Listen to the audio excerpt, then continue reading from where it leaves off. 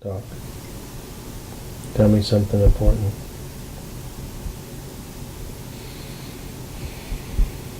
I'm really good. I feel really good. I feel like I have a really deep understanding. Today is a really good day. I get some things on a very clear level right now. Like, I feel like I've hit a good level of understanding on things and how things work and how everything is about us. Everything. And everything's also about being honest with yourself and being truthful and completely admitting. The hardest part about change, the hardest part is completely admitting to ourselves where we are not forgiving ourselves, where we are being hard on ourselves. And a lot of people don't want to admit that to themselves, that they're actually responsible for their own pain, and it's way too difficult to admit that, so they keep trying to blame others and project all that pain onto everyone else doing it to them, like you say, model of the world. But I really get this, like, the hardest part of any change, the beginning of any change, is that stopping the denial, being completely honest, like completely truthful, and standing there going, all this pain is me feeling it, it has nothing to do with anyone else, and I have to admit to myself. That's the hardest part, is admitting to yourself that you're really the cause. And this is stuff you always say, but like, I just see it now over and over again working with clients, that that's always the case. That tipping point of when the change will happen is when they finally know that they're the culprit, that everything they're doing is self, doing it to self. And it's really hard to admit that you would do yourself harm. So you want to blame everyone else outside of you for doing it to you. They said this mean thing, or they hit me, or whatever it is. But yeah, I totally get that ultimate forgiveness part. That's the hardest part. Once you tip over that edge of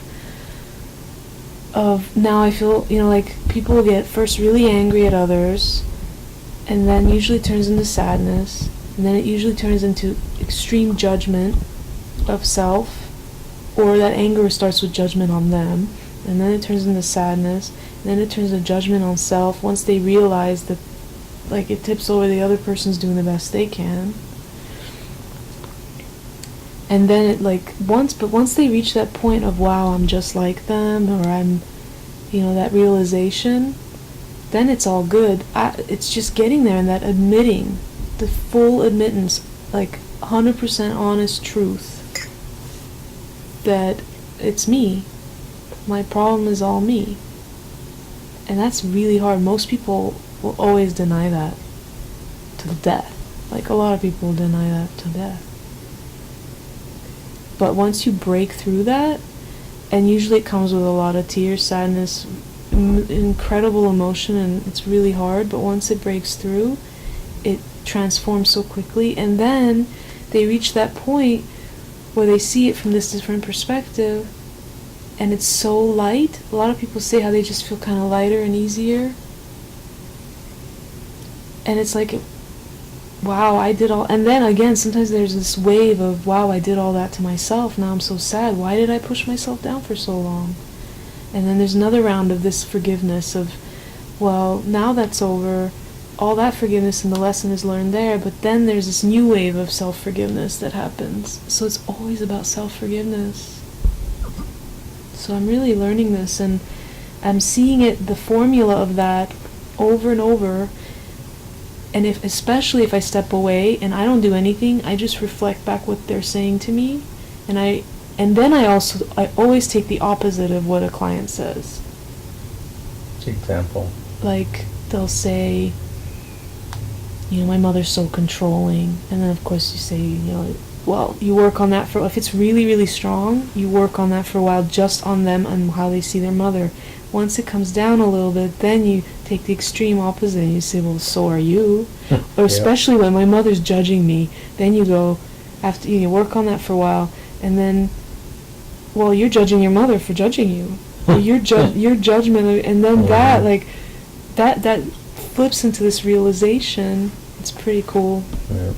And then, just, again, it's always that point of understanding, and you see them in the eyes of, oh, like, and you can like make them really angry, and go,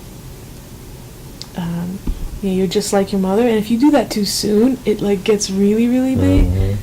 And so you still do that, but it's not necessarily to do it right away. And I've made that mistake before, I think, with some people. I do it right up front. I'll just amplify it so big. But like some people it's too much, so you have to like back off and let them just be angry at the other person for a while. Let them blame them until that comes down, and then I amplify. It depends on the person. Mm-hmm. It depends on the person.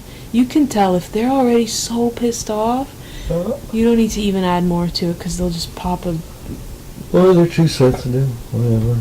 So it's just really, I love it. I just love it. And I'm seeing that the biggest high I get from this work is when people come to their own realization